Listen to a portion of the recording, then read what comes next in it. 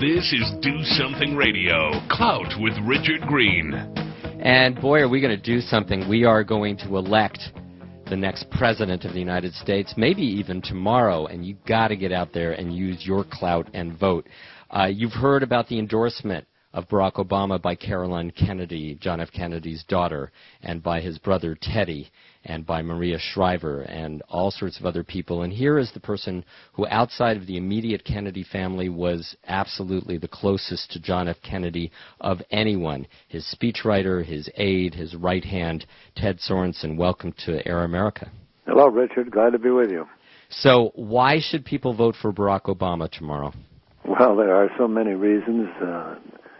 So happens that the Democrats chose a good many top-notch candidates this year, and a good many of them, including Hillary Clinton and Chris Dodd and Bill Richardson, have been friends of mine for many years. But I think that Barack Obama, as a leader, as a potential president, stands head and shoulders. Why? What is it, and we only have a couple minutes, sir, what is it about him that reminds you of John F. Kennedy? Number one, he's got superb judgment, as he demonstrated when he opposed the war in Iraq before it started. The worst mistake in the foreign policy history of this country, and those who authorized it ought to be held accountable. And the Democrats, now that the country has turned against that war, and the Democrats facing one of the champions of that war, in all likelihood, John McCain, would be absolutely crazy if they nominated a candidate for president who, like McCain, supported the war when it started.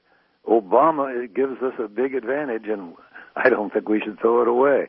In addition to that, Obama is like Kennedy because he can inspire with his eloquence, his objective, detached way to the issues, his appeal to young people to go into public service, to take an interest in our country. He can galvanize voters.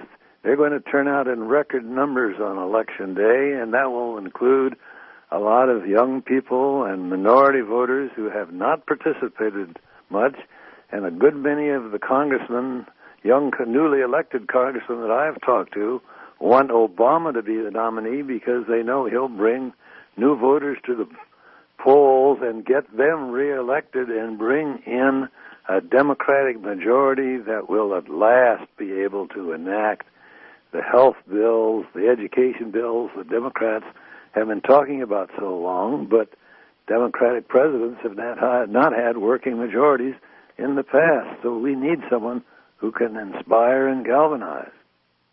Wow. Those are very, very thoughtful and I think powerful reasons.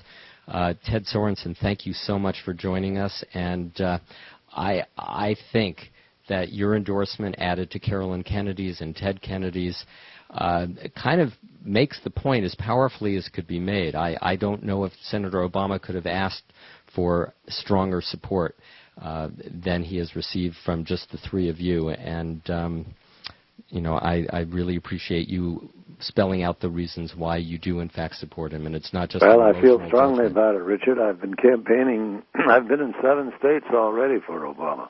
Right. Well... And at my age, and as you know, I have some infirmities, I do that because I love this country, and this election is so important.